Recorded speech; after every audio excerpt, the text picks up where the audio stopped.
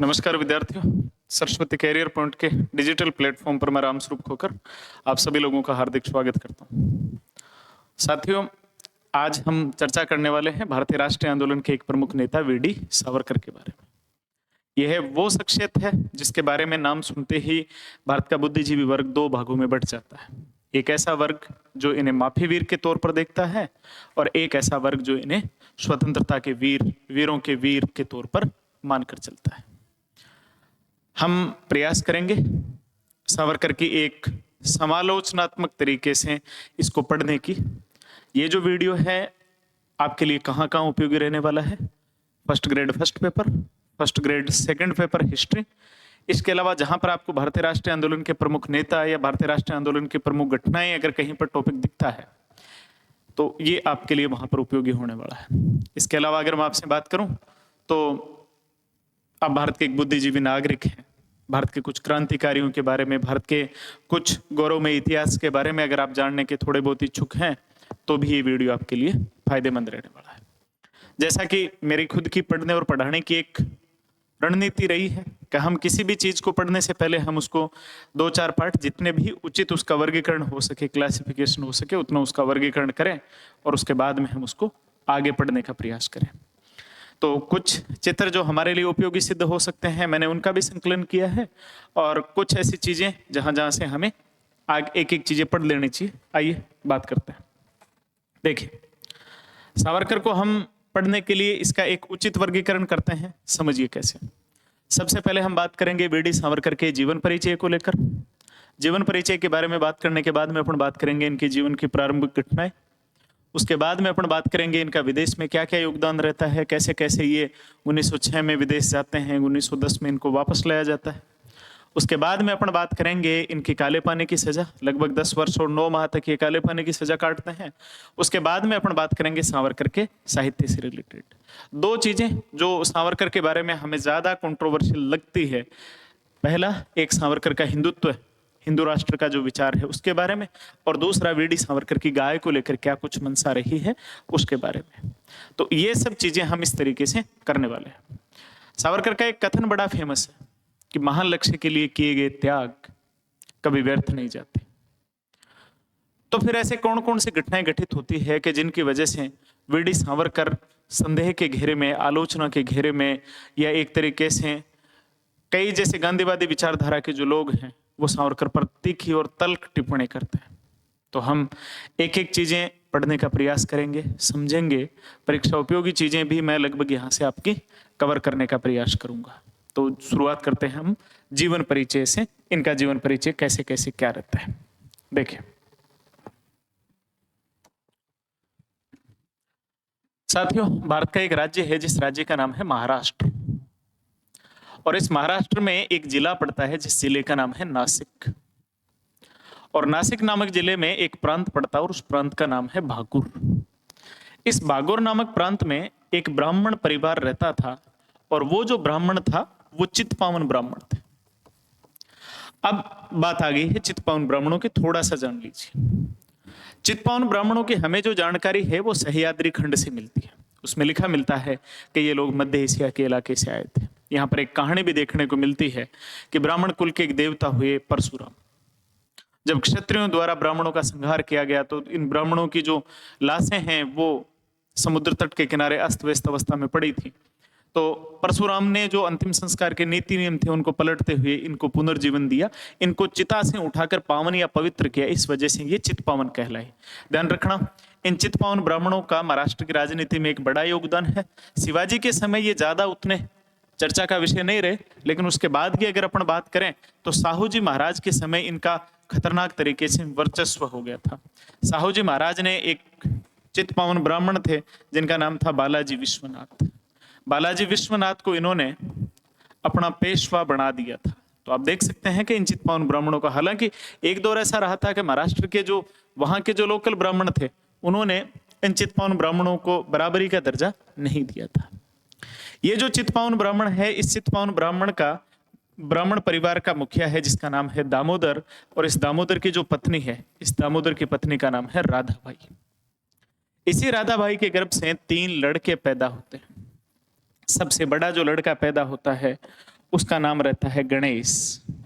2 number का जो लड़का रहता है उसका नाम रहता है विनायक, और 3 नंबर का जो लड़का रहता है उसका नाम है नारायण। महाराष्ट्र और गुजरात की संस्कृति में अगर आप देखेंगे तो आपको एक चीज देखने को मिलेगी कि वहां के जैसे जो पुत्र हैं, जैसे उदाहरण के तौर पर मान लीजिए मैं 2 नाम बताऊं आपको, सचिन रमेश तेंदुलकर, नरेंद्र दामोदर दास मोदी, ठीक ऐसे ही इनका भी कुछ ऐसा ही सीन है।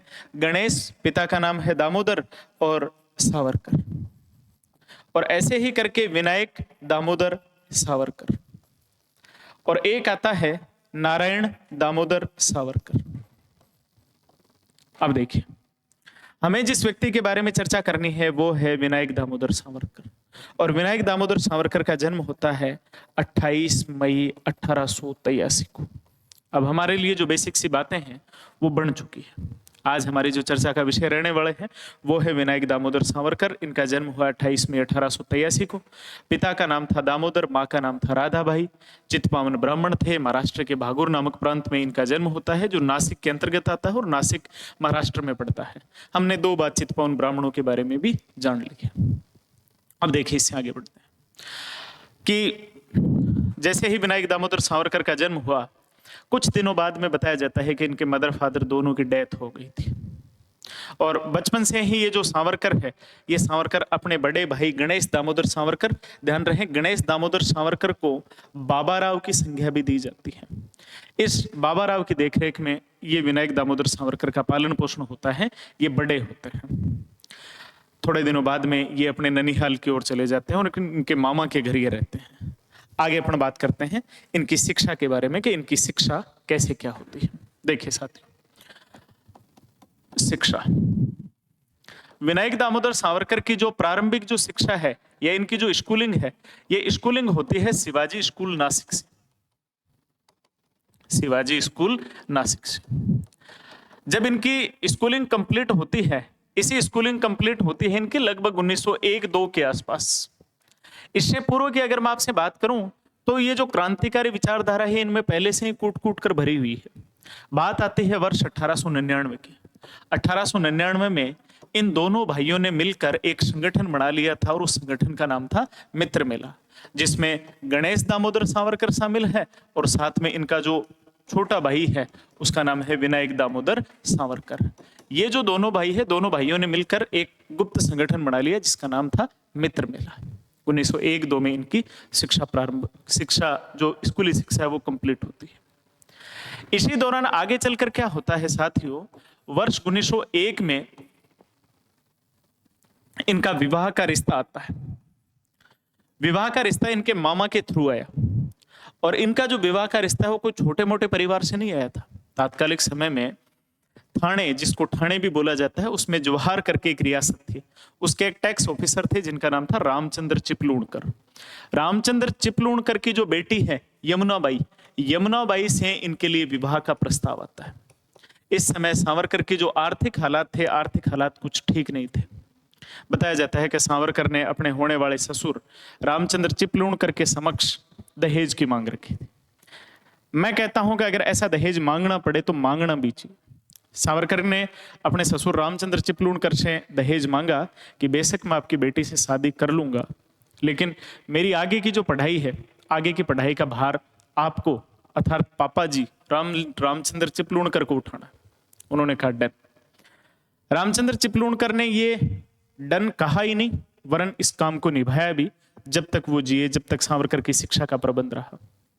इससे पहले होता क्या है, कुछ चीजें समझिए। वर्ष 1901 में इनका यमुनाबाई से विवाह हो जाता है। सावरकर के अंतिम दौर में मैं आपसे बात करूंगा कि सावरकर का किस तरीके से यमुनाबाई के साथ रिलेशन रहता है। अंतिम दिनों की बात करेंगे अपन। उसके बाद में मैं आपसे बात करूं, सावरकर ने वर्ष 1901 में ही ब्रिटेन की जो महारानी है विक्टोरिया, ब्रिटेन की महारानी विक्टोरिया का देहांत हो गया था। ब्रिटेन की महारानी विक्टोरिया का जब देहांत हुआ तो जगह जगह स्मृति के तौर पर इनको श्रद्धांजलि ज्ञापित करने के लिए शोक सभाएं आयोजित की गई।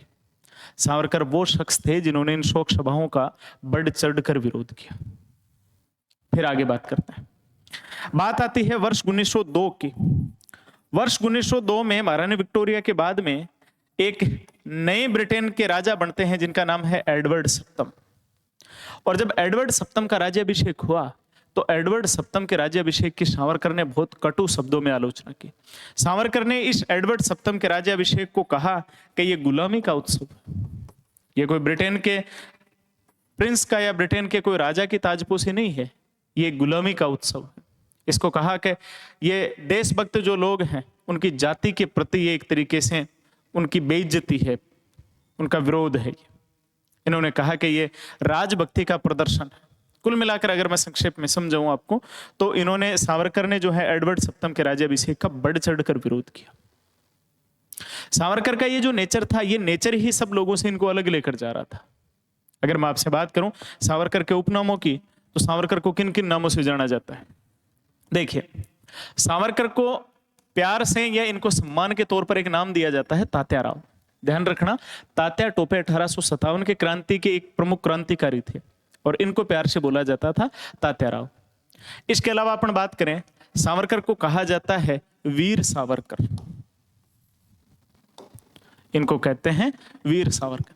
वीर सावरकर के पीछे एक छोटी सी एक कहानी मिलती है कि जब ये बचपन में थे, छोटे थे, उस समय होता यूं है कि इनके गांव में कोई सांप्रदायिक दंगा गठित हो गया था और उस सांप्रदायिक दंगे में इन्होंने अपने समुदाय का नेतृत्व किया था, तो गांव वालों ने इनको वीर कहना चालू कर दिया। आगे देखिए, इसके अलावा इन्हें कहा जाता है स्वतंत्रता वीर। स्वतंत्रता वीर के अलावा अगर अपना और बात करें तो महाराष्ट्र में जो क्रांतिकारी गतिविधियां हैं, क्रांतिकारी गतिविधियां चलाने में अगर प्रमुखता से नाम लिया जाए तो इन्हीं दामोदर बंधुओं का नाम आता है। तो ये सावरकर की एक तरीके से इनकी महत्वाकांक्षा ही थी। अब देखिए, इससे आगे बढ़ते हैं, आगे क्या होता है। देखिए, पीछे शिक्षा वाले में ले लेते हैं। ऐसे करके 1902 में इनकी जो है स्कूलिंग कंप्लीट होती है और इसी दौरान रामचंद्र चिपलूणकर जो इनके ससुर थे, रामचंद्र चिपलूणकर के सहयोग से इनका एडमिशन होता है पुणे की एक बहुत फेमस कॉलेज हुआ करती थी और उस कॉलेज का नाम था फर्ग्यूसन कॉलेज। इस फर्ग्यूसन कॉलेज में इनका एडमिशन होता है रामचंद्र चिपलूणकर के सहयोग से। अब यहां पर रामचंद्र चिपलूणकर जब अपने कॉलेज के दिनों में आए तो इन पर दो शख्सों का मतलब दो शख्सियत का बड़ा प्रभाव पड़ता है। पहली बात, इनके जीवन पर ज्यादा जो प्रभाव था वो इटली के एक क्रांतिकारी योद्धा थे, एक राष्ट्रवादी नेता थे जिनका नाम था मेजिनी। मेजिनी के अलावा अगर अपन बात करें तो इनका अपने जीवन पर जो प्रभाव है इनके बड़े भाई का भी था, गणेश दामोदर सावरकर का भी। और गणेश दामोदर सावरकर के अलावा अगर मैं आपसे बात करूं तो ये जो वीडी सावरकर है, वीडी सावरकर बाल गंगाधर तिलक से भी अत्यधिक प्रभावित थे। तो अगर आपसे प्रश्न पूछे कि सावरकर के जीवन पर या सावरकर के जीवन चरित्र पर इटली के किस नेता का सर्वाधिक प्रभाव दृष्टिगोचर होता है, तो वो कौन थे? मेजिनी। मेजिनी से ये मतलब बहुत ज्यादा प्रभावित थे। आगे अपन बात करेंगे एक एक करके कि इन्होंने क्या कुछ किया। अब देखिए, बात करते हैं आगे।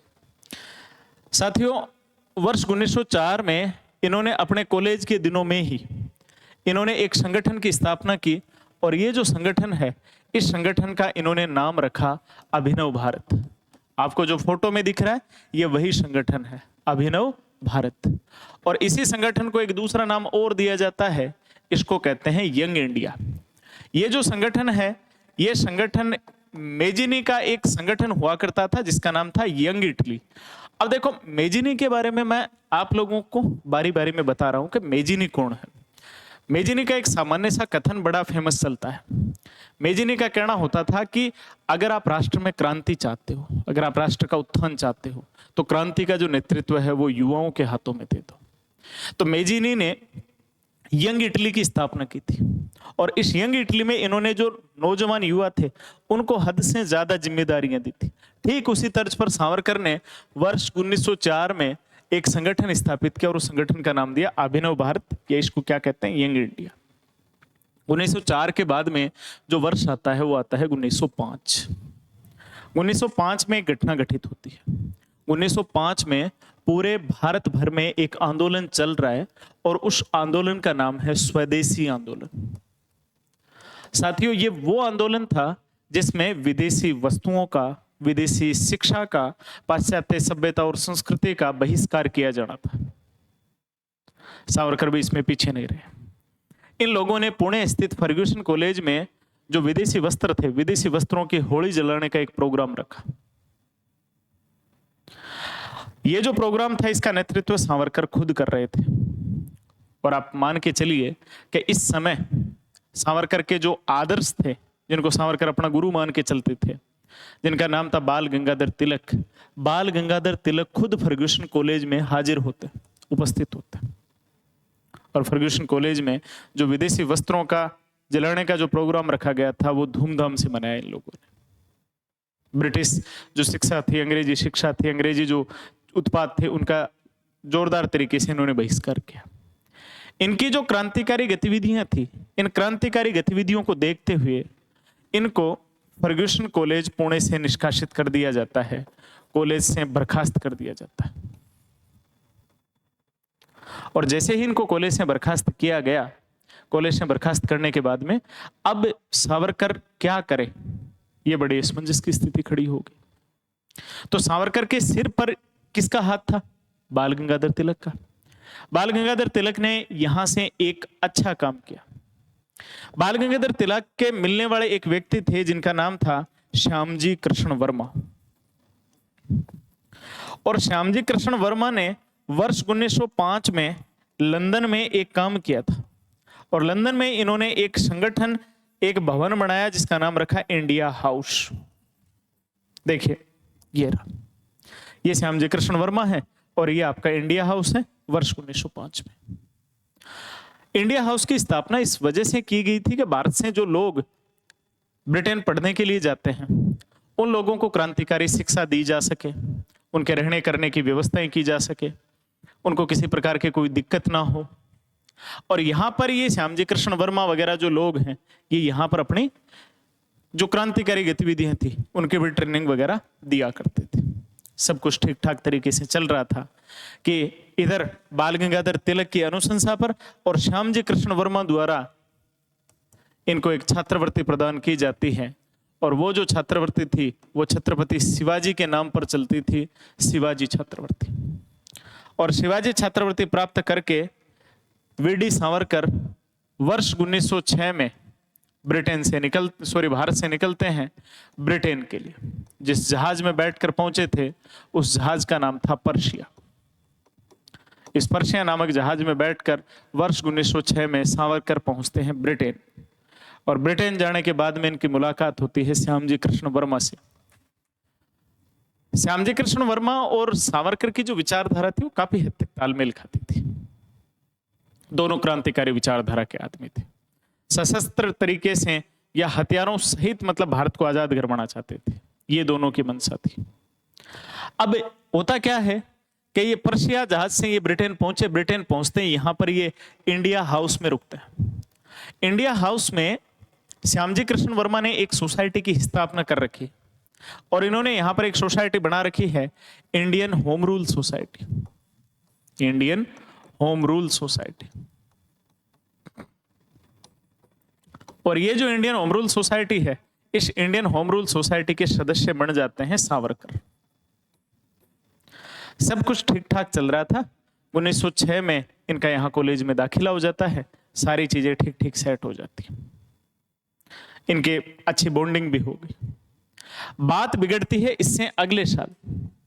कैसे? देखिए, ये जवानों बात है 1 मई 1907 की। 1 मई 1907 को क्रांति के 50 वर्ष कंप्लीट होने पर ब्रिटिश जो सरकार थी, ब्रिटिश सरकार एक दिवस मनाती है। और ब्रिटिश सरकार एक दिवस मनाती है thanks giving day. Thanks giving day. और ये जो थैंक्स गिविंग डे था, ये अंग्रेजी सरकार ने इस वजह से बनाया था कि उन्होंने क्रांति का दमन कर दिया था, क्रांति को उन्होंने विजय हासिल कर ली थी। इस विक्ट्री के जो उपलक्ष्य में इन्होंने ये थैंक्स गिविंग डे मनाया। वर्ष 1906 में सावरकर मैजिनी से प्रभावित और ज्यादा थे। और वर्ष 1906 में सावरकर ने मेजिनी की ही तर्ज पर एक सोसाइटी की स्थापना की थी और उस सोसाइटी का नाम था फ्री इंडिया सोसाइटी।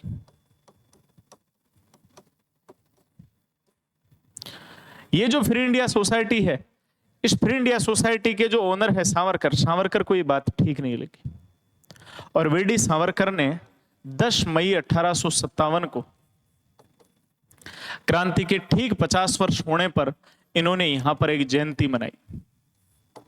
ये जयंती कोई आम जयंती नहीं थी, एक तरीके से बड़ी बहादुरी का ही काम था ये कि अंग्रेजों की गोद में, अंग्रेजों के क्षेत्र में बैठकर ऐसा कार्य करना। जैसे 50 वर्ष कंप्लीट हुए, 10 मई 1857 को क्रांति के 50 वर्ष उपलक्ष्य होने पर यहां पर सावरकर के नेतृत्व में एक जयंती मनाई गई। पेरिस से सरदार सिंह राणा, जो गुजरात के लीमड़ी परिवार से संबंध रखा करते थे, राज परिवार से थे, सरदार सिंह राणा को बुलाया गया इसकी अध्यक्षता करने के लिए। तात्या टोपे, रानी लक्ष्मीबाई, बहादुर शाह जफर, इन लोगों के बड़े बड़े पोस्टर लगाए गए। हालांकि अंग्रेजों ने आलोचना की, उन्होंने कहा मोटा मोटी करके 40 लोग शामिल हुए थे, लेकिन फिर भी ये एक तरीके से एक साहसिक कार्य था। ये जयंती मनाए जाने के बाद में ये अंग्रेजों की नजर में आ गए थे। सावरकर यही नहीं रुके, सावरकर इससे आगे और बढ़ते हैं। इन्हीं सावरकर ने 10 मई 1908 को, ये यहां पर आप देख लेना थोड़ा सा, 10 मई 1907 है ना। सावरकर ने 10 मई 1908 को ओ मार्टियर्स करके एक पर्चा निकाला।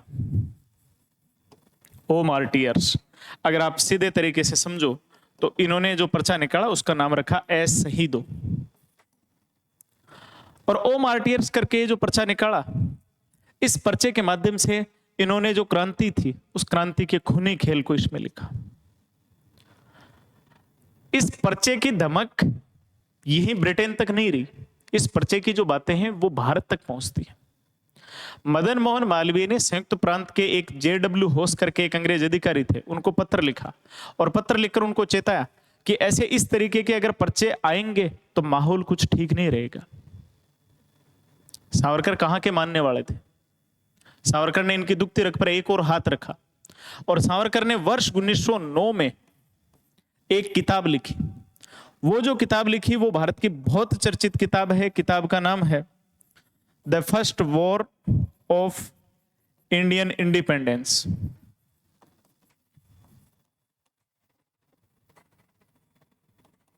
The first war of Indian independence. और ये जो किताब इन्होंने लिखी, first war of Indian independence, इस किताब में सावरकर ने पूरी की पूरी पृष्ठभूमि ही बदल दी थी 1857 की क्रांति की। सावरकर ने इसमें लिखा कि 1857 की क्रांति कोई छोटी मोटी सैनिक क्रांति नहीं थी, ये भारत का पहला स्वतंत्रता संग्राम था। और जैसे ही ये किताब सामने आती है, अंग्रेजों ने इस किताब पर बैन लगा दिया। अंग्रेजों ने इस किताब पर बैन लगाने के बाद में भी सावरकर नहीं रुके। ध्यान रहे, किताब मूलतः मराठी भाषा में लिखी हुई है।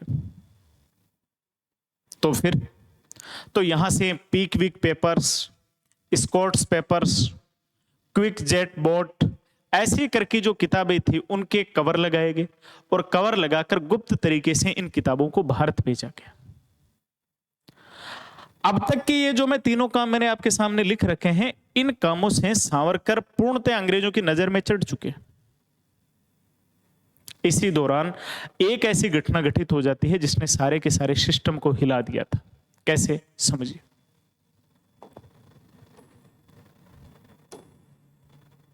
देखिए, आप जो फोटो देख रहे हैं, इस शख्स का नाम है मदन लाल धिंगड़ा। धिंगरा लिखा मिलता है, ढींगरा, ठीक है। पहले अपन बात करें मदन लाल धिंगरा के बारे में। ये कौन है? 1883 में पैदा हुए हैं और अमृतसर के एक बहुत रईस परिवार में पैदा हुए हैं। पिता डॉक्टर है और 6 भाई हैं, 6 के 6 लंदन पढ़े हुए, ठीक है। इनकी जो प्रारंभिक जो शिक्षा है, प्रारंभिक शिक्षा लाहौर होती है। लाहौर में कॉलेज के दिनों में एक घटना घटित होती है कि स्वदेशी आंदोलन चल रहा था और स्वदेशी आंदोलन के दौरान अंग्रेज कहते हैं कि हम बाहर से आयात किया हुआ एक कोट आप लोगों को देंगे और आपको वो पहनना है। इस समय विदेशी वस्त्रों का बहिष्कार चल रहा था। तो मदनलाल धिंगड़ा ने इस बात का विरोध किया और मदनलाल धिंगड़ा ने जब इस बात का विरोध किया तो कॉलेज से निष्कासित कर दिया गया। कॉलेज से निष्कासित करने के बाद में इन्होंने छोटे मोटे मैकेनिक वगैरह, मजदूरी वगैरह ऐसे काम किए। 1906 में इनके बड़े भाई इनको कहते हैं कि आप मैकेनिकल इंजीनियरिंग करने के लिए आप यहां से लंदन चले जाएं, और अपने भाई की प्रेरणा लेकर ये भी वर्ष 1906 में ही लंदन के लिए रवाना हुए। और लंदन में इनकी मुलाकात होती है एक शख्स से, और उस शख्स का नाम है वीडी सावरकर। यहां पर एक छोटी सी एक किंवदंती मिलती है, सुन लेना, बता देता हूं।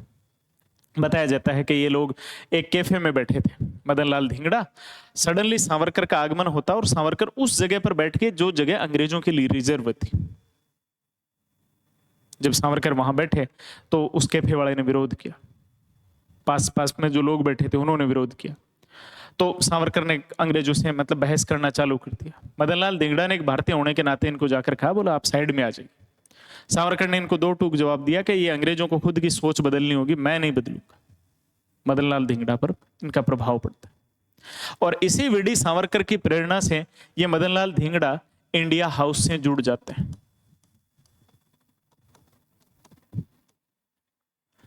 अब बताया जाता है कि एक दिन मदनलाल धिंगड़ा और वीडी सावरकर बैठे थे। मदनलाल धिंगड़ा ने कहा कि मैं देश के लिए कुछ करना चाहता हूं, तो सावरकर ने कहा कि आपको परीक्षा देनी होगी। कि कैसी परीक्षा? तो बताया जाता है कि बर्फ को कुरेद कर निकालने वाला वो एक तीखा चाकू होता है, सावरकर ने वो चाकू जो है मदनलाल धिंगड़ा के हाथ के आर पार निकाल दिया था। मदनलाल धिंगड़ा ने उफ तक नहीं की, और उसके बाद में कहा कि बोला तुम्हारी जो परीक्षा है ये सफल होगी। इतिहास ऐसी बातों में विश्वास नहीं करता है। खैर जो भी हो, मदनलाल धिंगड़ा एक आदर्श क्रांतिकारी थे। यहां से एक योजना बनाई जाती है, और योजनाबद्ध तरीके से तात्कालिक भारत के जो सचिव थे लॉर्ड मार्ले के जो सलाहकार थे, उन सलाहकार का नाम था कर्जन वाइली। कर्जन वाइली ने अपने भारतीय सेवाओं के दौरान गुप्तचर का काम किया था। ठीक है, ये गुप्तचर संगठन के एचओडी हुआ करते थे। खुफिया जो सूचनाएं होती थी उनको निकाल लेते थे। कर्जन वाइली के बारे में बताया जाता है कि इनको भारतीय जो लैंग्वेजेज हैं, काफी सारी भारतीय भाषाएं इनको बहुत अच्छे तरीके से आती थी। ये खुद को पुनर्जन्म का बताते थे, बोला मैं भारतीय ही हूं, मेरे तो गलत ग्रह पर या गलत देश में पैदा हो गया। कर्जन वाइली जो भारत में रहे, उसके बाद में लंदन गए, और लंदन में इन्होंने, कर्जन वाइली ने क्या किया, इंडिया हाउस के आसपास अपने गुप्तचर छोड़ रखे थे, और ये गुप्तचर यहाँ की सूचनाएं निकाला करते थे।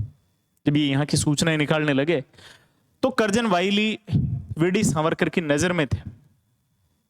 बताया यूं जाता है, ये बात आती है 1 जुलाई 1909 की। 1 जुलाई 1909 में लंदन में एक जगह थी जिस जगह का नाम था जहांगीर हॉल। जहांगीर हॉल में कर्जन वाइली भारत सचिव के प्रतिनिधि के तौर पर वहां उपस्थित हुए, अपनी पत्नी सहित थे। एक मीटिंग अटेंड की, और मीटिंग अटेंड करके जब वहां से बाहर निकले तो बाहर निकलते मदनलाल धिंगड़ा ने यहां पर इस कर्जन वाइली की 1 जुलाई 1909 को गोली मारकर हत्या कर दी। जैसे ये हत्या की गई, हत्या करते ही मदनलाल धिंगड़ा को गिरफ्तार किया गया, और गिरफ्तार करते ही चर्चा का विषय हो गया एक संगठन, कौन सा? India house. जैसे इंडिया हाउस पर यह चर्चा आती है, बताया जाता है कि श्यामजी कृष्ण वर्मा यहां से पेरिस निकल गए थे। अब बात करें पीछे की। मदनलाल धिंगड़ा को गिरफ्तार कर लिया गया, और गिरफ्तार करने के बाद में 5 जुलाई 1909 को लंदन में ही इंडियन और एंग्लो इंडियन भारतीयों और जो ब्रिटेन में रहने वाले भारतीय थे, उन्होंने मिलकर एक सभा बुलाई, और उस सभा में मदनलाल धिंगड़ा के खिलाफ एक निंदा प्रस्ताव पारित किया गया, और उस निंदा प्रस्ताव में मदनलाल धिंगड़ा को पागल, मूर्ख, धर्मांध, धूर्त ऐसे शब्दों से संज्ञा दी गई। बात करें कि यहाँ पर ये जो 5 जुलाई को जो लंदन में आयोजित किया गया एक अधिवेशन है, इसमें बताया जाता है कि वीडी सावरकर पहुंच गए थे, और वीडी सावरकर ने जाकर यहाँ पर इन लोगों से बहस की। ये सावरकर के सामने टिक नहीं पाए और 5 जुलाई को जो इन्होंने एक सभा आयोजित की थी, जो अधिवेशन आयोजित किया था, वो इनको असफल या मतलब यहाँ से भंग करना पड़ा। यहाँ से आगे बढ़ते हैं और यहाँ से आगे बढ़ने के बाद में इन लोगों ने शाम के समय एक दूसरी एक कोई जगह थी, उस जगह इन्होंने एक और अधिवेशन बुलाया और वहां पर सब लोगों ने अलग अलग तौर पर इनको संज्ञाएं दी। जैसे मैं एक आधा बताऊं जो आपसे पूछा जा सकता है एग्जाम की दृष्टि से। एक मुस्लिम नेता थे जिनका नाम था आगा खां। आगा खां ने इसको कहा राष्ट्रीय विपत्ति। इसके अलावा अगर आप बात करें, एक बंगाल के क्रांतिकारी नेता थे जिनका नाम था सुरेंद्रनाथ बनर्जी। सुरेंद्रनाथ बनर्जी ने कहा कि अच्छा रहा जो हत्यारा है वो पंजाब से था, न कि बंगाल से। और अगर अपन बात करें गोपाल कृष्ण गोखले, जो गांधी जी के राजनीतिक गुरु थे, गोपाल कृष्ण गोखले ने इसे कहा कि ये कलुषित कर देने वाला कृत्य है, कलुषित कर देने वाला कृत्य है। कांग्रेस ने इसको कायरतापूर्ण और अत्याचारपूर्ण तरीके से इसको बताया। अब जैसे ही मदनलाल धिंगड़ा का नाम सामने आता है और इनकी जानकारी भारत पहुंचती है, तो जब भारत इनकी जानकारी पहुंची तो भारत में मदनलाल धिंगड़ा का जो परिवार था, मदनलाल धिंगड़ा का परिवार स्पष्ट मना कर देता है। अखबार में बड़े इश्तिहार निकलवाए जाते हैं और बोला जाता है कि मदनलाल से हमारा कोई संबंध नहीं है। इनका जो परिवार था वो ब्रिटिश राजभक्त परिवार हुआ करता था। अब देखिए इससे आगे क्या होता है। अंग्रेजों ने ट्रायल चलाया और ट्रायल चलाकर 17 अगस्त 1909 को मदनलाल धिंगड़ा को फांसी दे दी। मदनलाल धिंगड़ा का जो परिवार है, इस परिवार ने जब इनसे संबंध तोड़ दिया तो इनकी अस्थियां भी भारत नहीं लाएगी। बताया जाता है कि वर्ष 1976 में सांकेतिक तौर पर अस्थियां लाई गई थी और अमृतसर में एक इनकी स्मृति में एक स्मारक बनाया गया। तो भारत के कई ऐसे गुमनाम क्रांतिकारी भी हैं जैसे मदनलाल धिंगड़ा। अब देखिए इसके बाद क्या होता है। जैसे मदनलाल धिंगड़ा वाली बात निपटी नहीं कि उससे पहले एक नया काम और गठित हो गया। नया काम क्या होता है कि जगह पड़ती है मद्रास, सॉरी नासिक।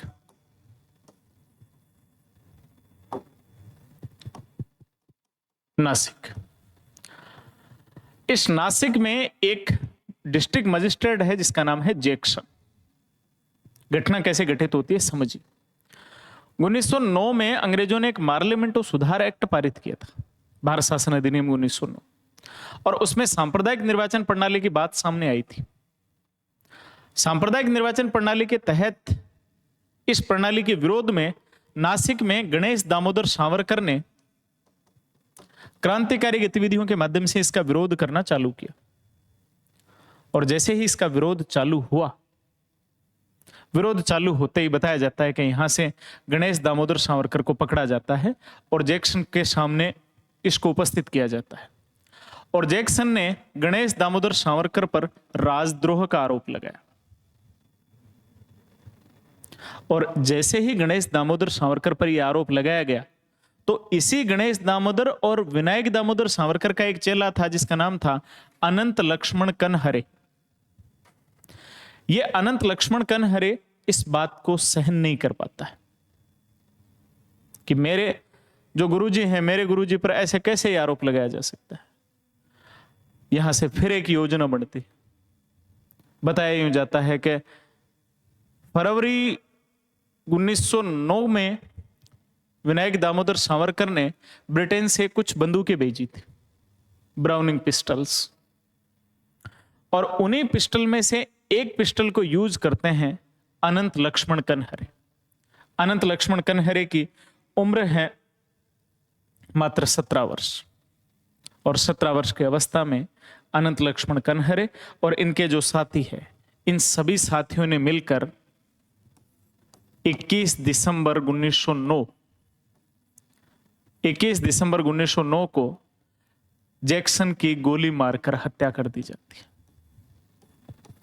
जैसे ही जैक्सन की गोली मारकर हत्या की गई, मामला फिर तूल पकड़ता है अनंत लक्ष्मण कनहरे पकड़े गए, जिस चंगेजी राव ने बंदूकें पास की थी वो पकड़ा गया, और एक नया नाम सामने आता है कि इन सब सारी चीजों के पीछे विनायक दामोदर सावरकर है।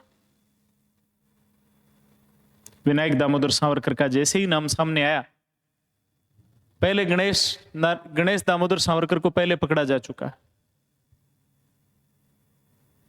विनायक दामोदर सावरकर का नाम अब आ गया। विनायक दामोदर सावरकर, वीडी सावरकर यहां से ब्रिटेन छोड़कर सीधे पेरिस निकल जाते हैं, और पेरिस में जिस जगह पर जाकर शरण लेते हैं, एक घर है मैडम भिखाजी कामा का, और मैडम भिखाजी कामा के घर पर जाकर सावरकर शरण ले लेते हैं। पीछे अनंत लक्ष्मण कनहरे, कृष्णा कर्वे और विनायक नारायण देशपांडे, इन सहित टोटल 37 लोगों पर मुकदमा चलता है, जिनमें से 11 को बरी कर दिया जाता है, और अप्रैल 1911 में इन तीनों व्यक्तियों को फांसी की सजा दे दी जाती। ब्रिटेन में जो शासन चला रही थी ब्रिटिश सरकार, वो वहां की ब्रिटेन सरकार पर भयंकर तरीके से दबाव बना रही है कि आपके वहां पर एक बंदा बैठा बैठा हमारे यहां पर ऐसी ऐसी गतिविधियां घटित करवा रहा है, इसका क्या सीन है।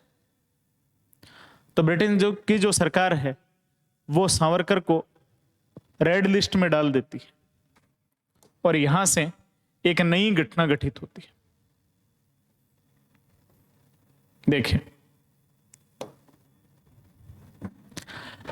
विनायक दामोदर सावरकर लंदन में थे, लंदन से यहां से निकलते हैं और यहां से सीधा चले जाते हैं पेरिस, और पेरिस में मैडम भिखाजी कामा के घर जाकर शरण लेते हैं, और मैडम भिखाजी कामा के यहां पर शरण लेते हैं। इसी दौरान ब्रिटेन की जो सरकार है, ब्रिटेन की सरकार पर दबाव बनाया जाता है भारत की सरकार के द्वारा, और ब्रिटेन की सरकार इनको पेरिस से लाने का प्रयास करती है।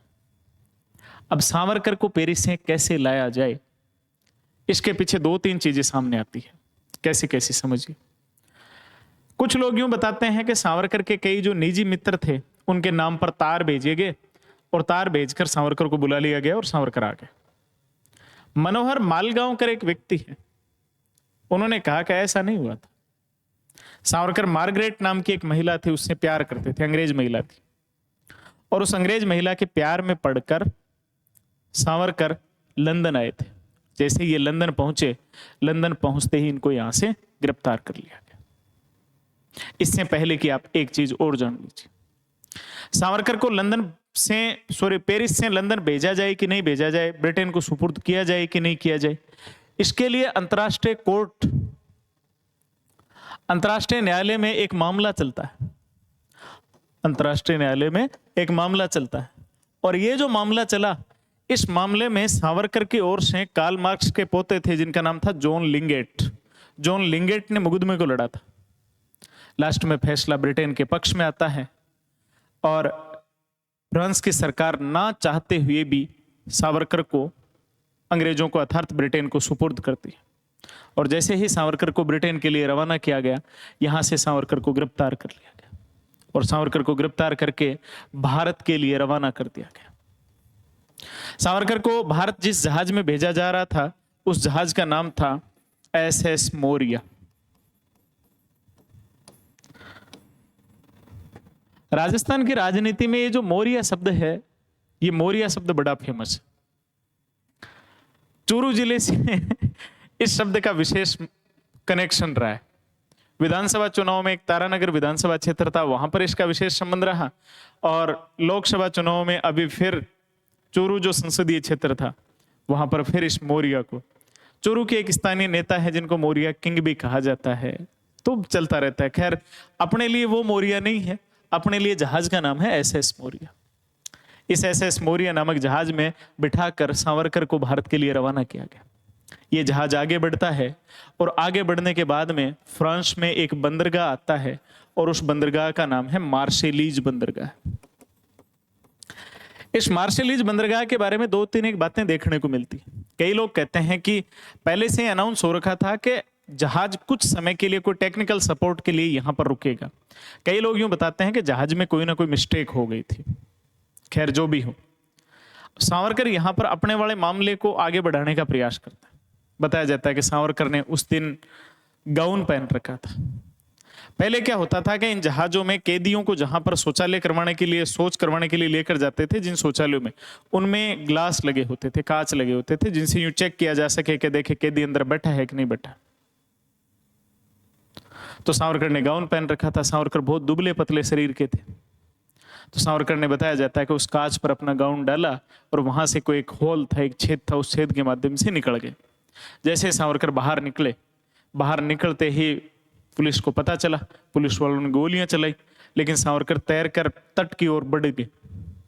पीछे से नाव के माध्यम से इनको, पीछे पुलिस वाले भाग रहे हैं, आगे सावरकर दौड़ते दौड़ते तट पर पहुंचे।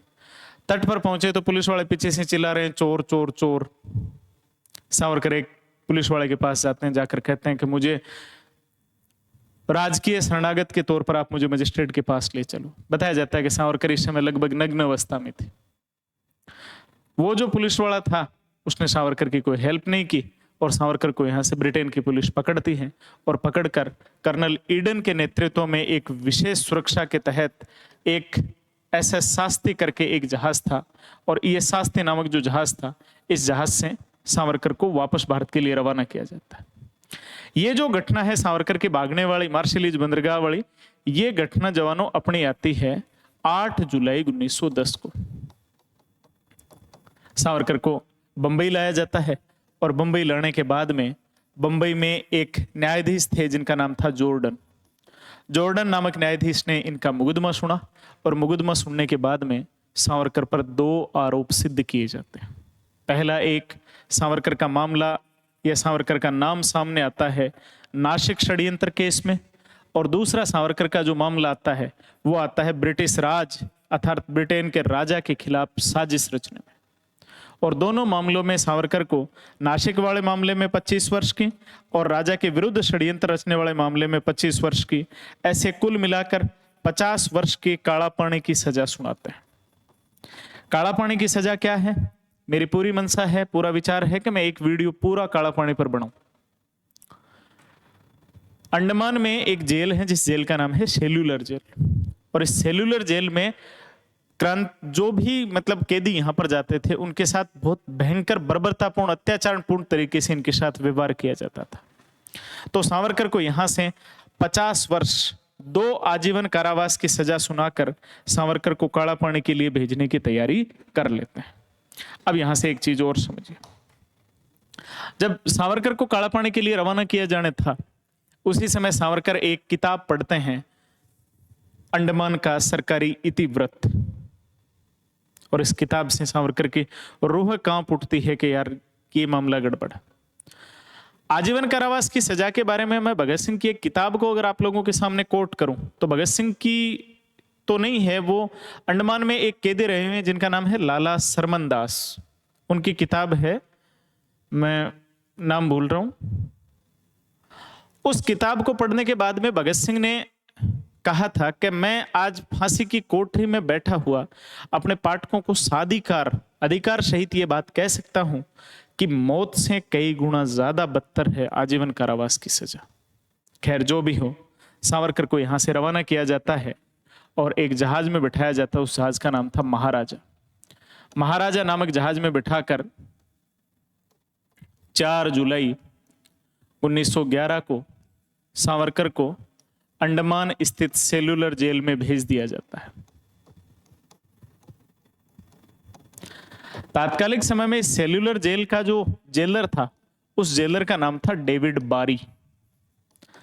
ये जो डेविड बारी है, इस डेविड बारी को जो भारतीय कैदी हुआ करते थे, भारतीय कैदी इसको कहते थे यमराज।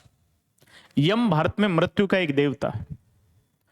डेविड बारी के बारे में यूं कहा जाता है कि ये जो भी कैदी होते थे उनके साथ इतना भयंकर तरीके से व्यवहार करता था, इतना बर्बरतापूर्ण तरीके से व्यवहार करता था कि उसको इमेजिन नहीं किया जा सकता। ये सब चल रहा था। यहां पर जाते हैं सावरकर 3-1 महीने के आसपास कालकोठरी की जो हवा है, ये हवा यहां पर लेते हैं।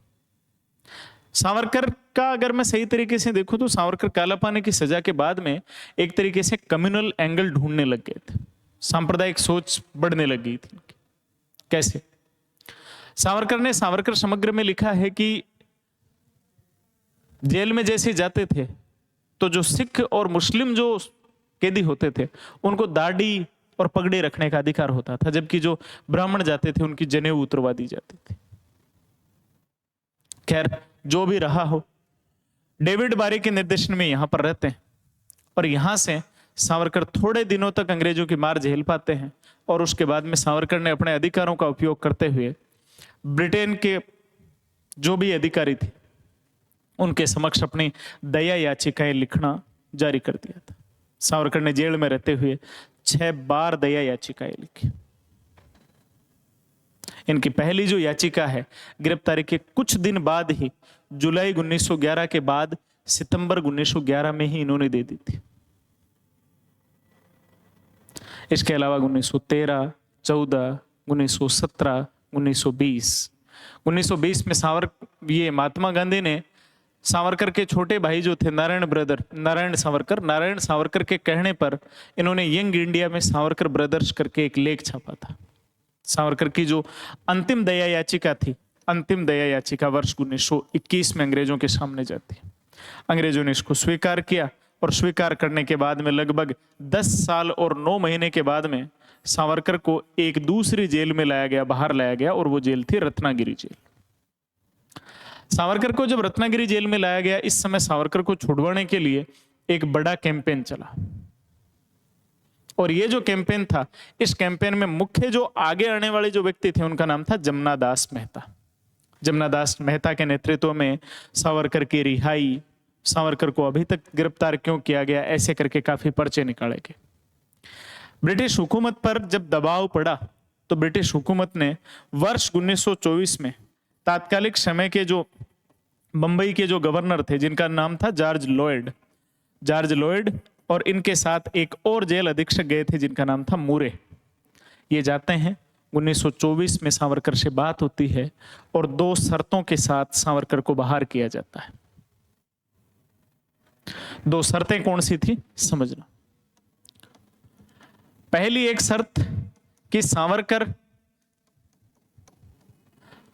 रत्नागिरी से जो भी अंग्रेज अधिकारी हैं उनकी अनुशंसा या उनकी अनुमति लेने के अलावा खुद के स्वतंत्र तौर पर नासिक से और रत्नागिरी के क्षेत्र से बाहर नहीं जाएंगे।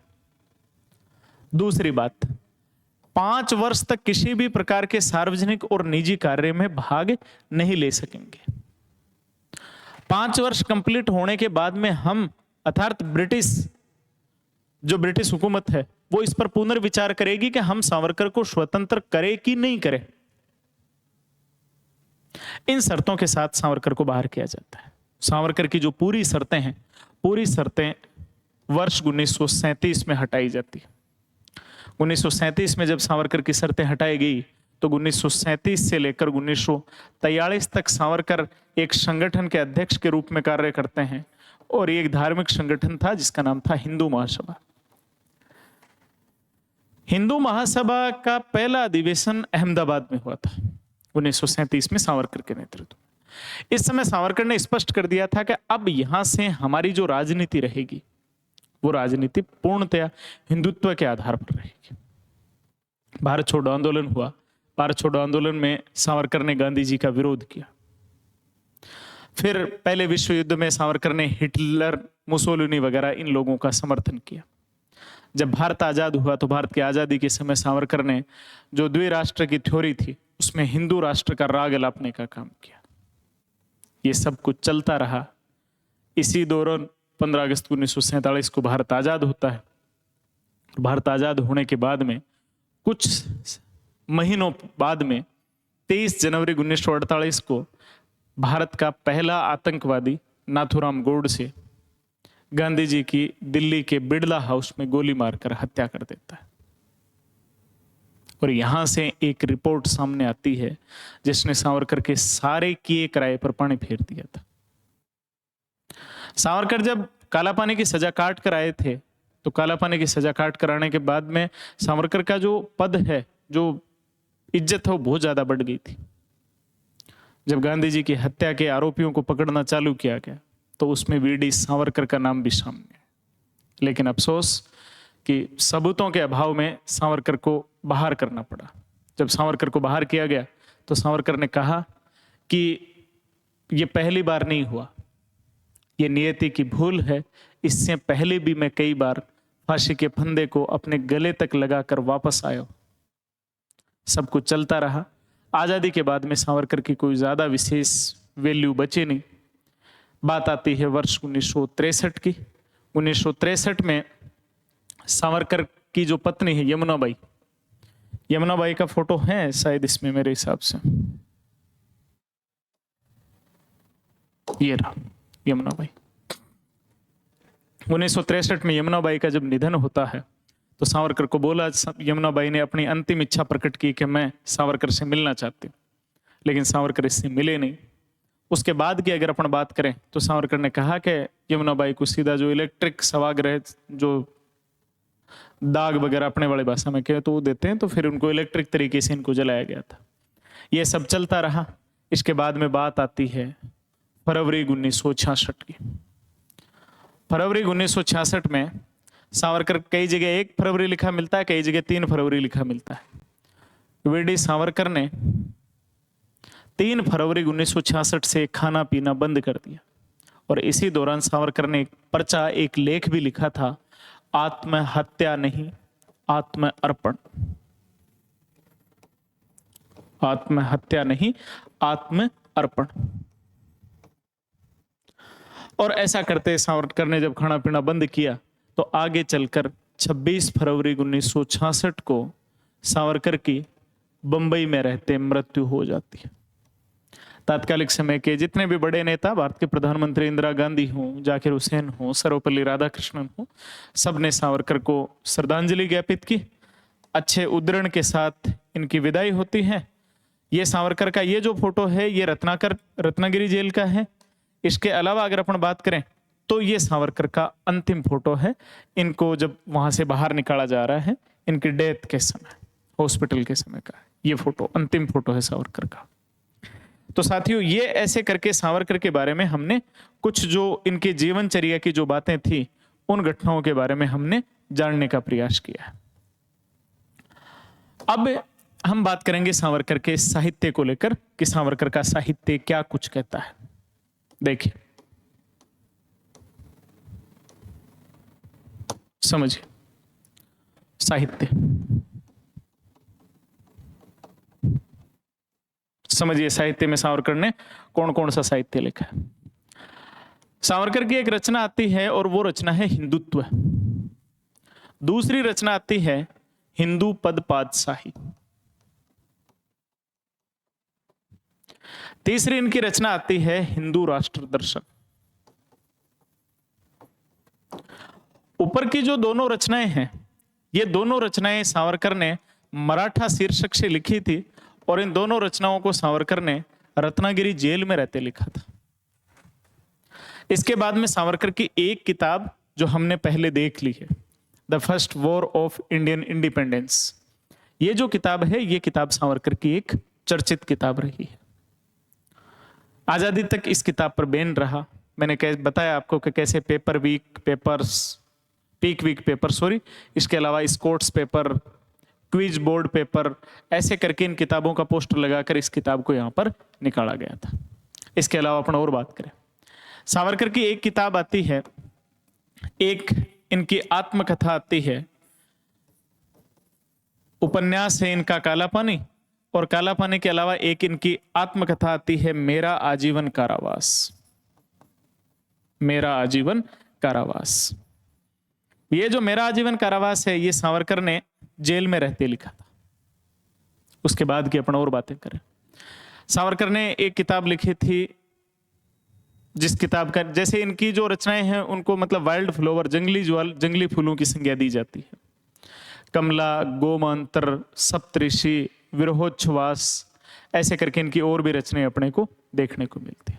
सावरकर की जो अंतिम रचना है, अंतिम रचना के बारे में बताया जाता है कि वो उन्होंने बड़ी हिंसक तरीके से लिखी थी। उस रचना का नाम अपने को देखने को मिलता है the six glorious epoch of Indian history. 6 glorious epoch of Indian history, ये सावरकर की सबसे अंतिम और सबसे हिंसक किताब थी।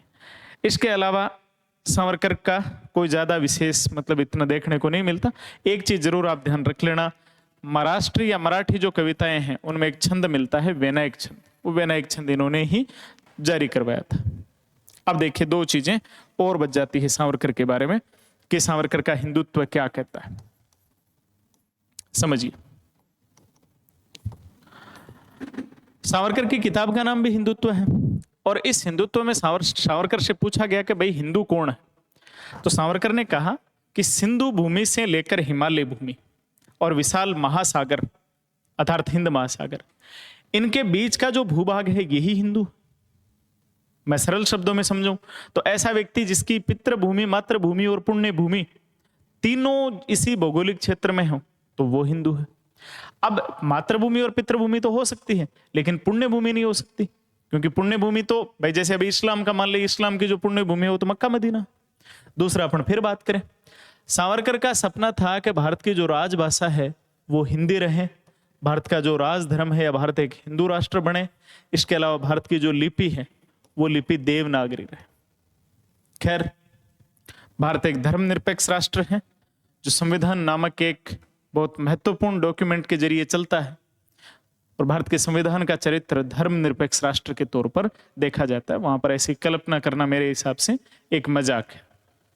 इसके अलावा अगर अपन बात करें, सावरकर ने कहा कि हे मातृभूमि, मैंने मेरा सब कुछ तेरे को अर्पण कर दिया है, मैंने मेरा सब कुछ तेरे को अर्पण कर दिया है। मेरे अनुसार राष्ट्र सेवा ही सच्चा धर्म है और मैंने राष्ट्र सेवा का धर्म सच्चे तरीके से निभाया है। फिर अगली अपन बात करें सावरकर की गाय को लेकर क्या मंशा थी। गाय के बारे में सावरकर बड़ा प्रैक्टिकल थे। गाय के बारे में सावरकर ने कहा कि पहली बात, सावरकर समग्र के खंड 7 में इन्होंने विज्ञान निष्ठ शीर्षक से एक निबंध लिखा है और इस निबंध में सावरकर ने लिखा है कि गो पालन हो, गो पूजन नहीं। गायों को पालना चाहिए, गायों को पूजन नहीं करना चाहिए। इसमें सावरकर आगे और लिखते हैं, सावरकर लिखते हैं कि गो पालन है ये पूर्णतः त्याज्य है, इसका त्याग करना चाहिए, और अगर फिर भी जानवरों को पूजते हो तो वो मनुष्यता का अपमान है।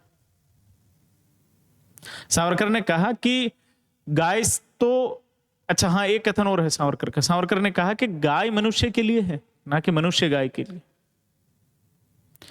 इतिहास के उद्धरण को देखते हुए सावरकर कहते हैं कि मध्यकाल में जब 10-20 गायें, 5-10 पंडित और इसके अलावा 1-2 मंदिर, इन सब को तोड़ने के डर से अगर मान लो स्थानीय शासकों की सेनाएं इस्लामिक सेना के सामने अगर हथियार डालती है तो ये राष्ट्र का बहुत बड़ा अपमान है।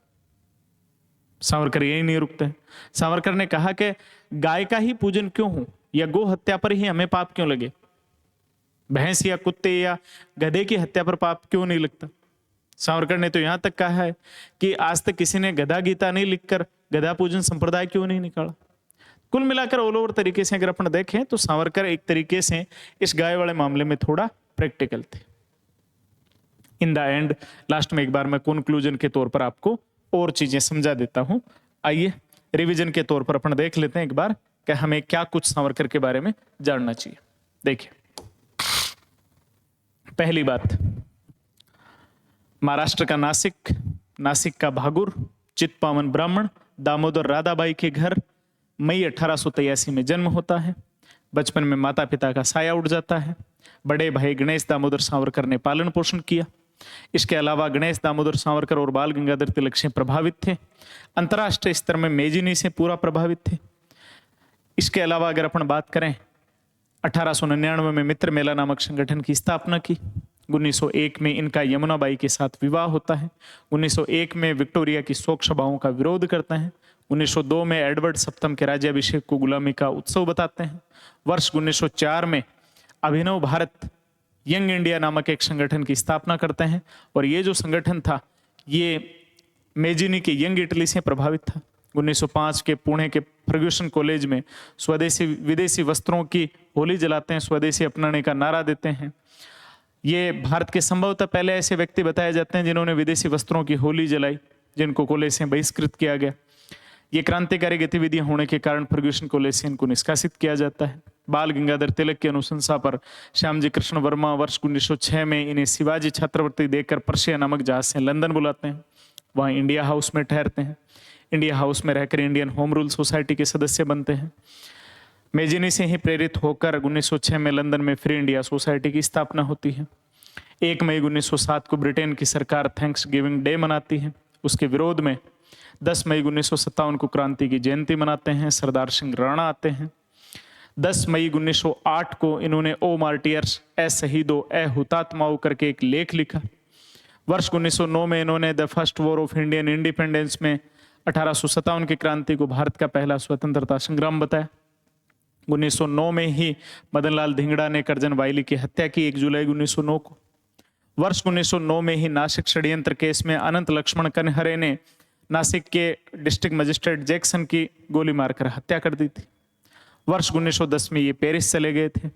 पेरिस से इनको वापस बुलाने के लिए अंतर्राष्ट्रीय न्यायालय में मुकदमा चलता है। अंतर्राष्ट्रीय न्यायालय में मुकदमा चला, फ्रांस को इनको सुपुर्द करना पड़ा। जैसे ही लंदन पहुंचे वहां पर इनको गिरफ्तार किया गया। SS मोरिया नामक जहाज जो था उससे इनको भारत के लिए रवाना किया गया। 8 जुलाई 1910 को ये मॉर्शलीज बंदरगाह पर भागने का प्रयास करते हैं। बंबई में जॉर्डन के नेतृत्व में इन पर मुकदमा चलाया गया। 2 आरोप सिद्ध हुए। नासिक षड्यंत्र केस में 25 वर्ष की सजा हुई काला पानी की, और ब्रिटेन के राजा के खिलाफ साजिश रचने के विरुद्ध 25 वर्षों की सजा फिर होती है।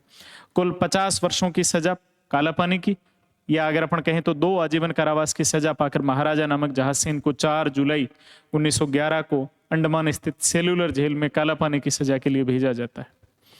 यहाँ जेल में रहते हुए इन्होंने 6 दया याचिकाएं लिखी। 1921 में इनको रत्नागिरी जेल में शिफ्ट किया गया। 1924 में बंबई के जॉर्ज लॉयड और मूरे ने इनके साथ समझौता करके 2 शर्तों के साथ कि नासिक से बाहर नहीं जाएंगे और 5 वर्ष तक कोई सार्वजनिक या निजी तौर पर भाग नहीं लेंगे।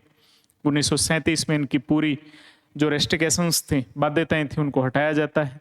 1937 से 43 तक ये जो हैं हिंदू महासभा के अध्यक्ष रहते हैं। इसी दौरान भारत छोड़ो आंदोलन का विरोध करते हैं। सेकेंड वर्ल्ड वॉर में हिटलर मुसोलिनी का समर्थन करते हैं। हिंदू राष्ट्र की स्थापना का सपना देखते हैं। 23 जनवरी 1948 को गांधी जी की हत्या में इनका नाम सामने आता है। 1966 में इनका निधन हो जाता है। बात करें इनके साहित्य की, साहित्य में हिंदुत्व, हिंदू राष्ट्र Darshan, Hindu Pad Padshahi, 6 glorious epoch of Indian history, my transportation for life और the first war of Indian independence, Kamala, Gomantak, Saptarishi, Virahochchhvas. इनका जो काव्य संग्रह है उसको वाइल्ड फ्लावर के या जंगली जो फूल हैं उनके तौर पर इनका नाम दिया जाता है। इन्होंने हिंदुत्व में हिंदू की परिभाषा देकर कहा कि सिंधु भूमि और हिमालय भूमि से लेकर विशाल महासागर तक जो क्षेत्र है वही हिंदू है, जिसकी पुण्य भूमि, मातृभूमि और पितृभूमि यहीं पर रहे। गाय को लेकर ये थोड़ा प्रैक्टिकल थे। उम्मीद है सारी चीजें आपको समझ में आई होंगी। धन्यवाद।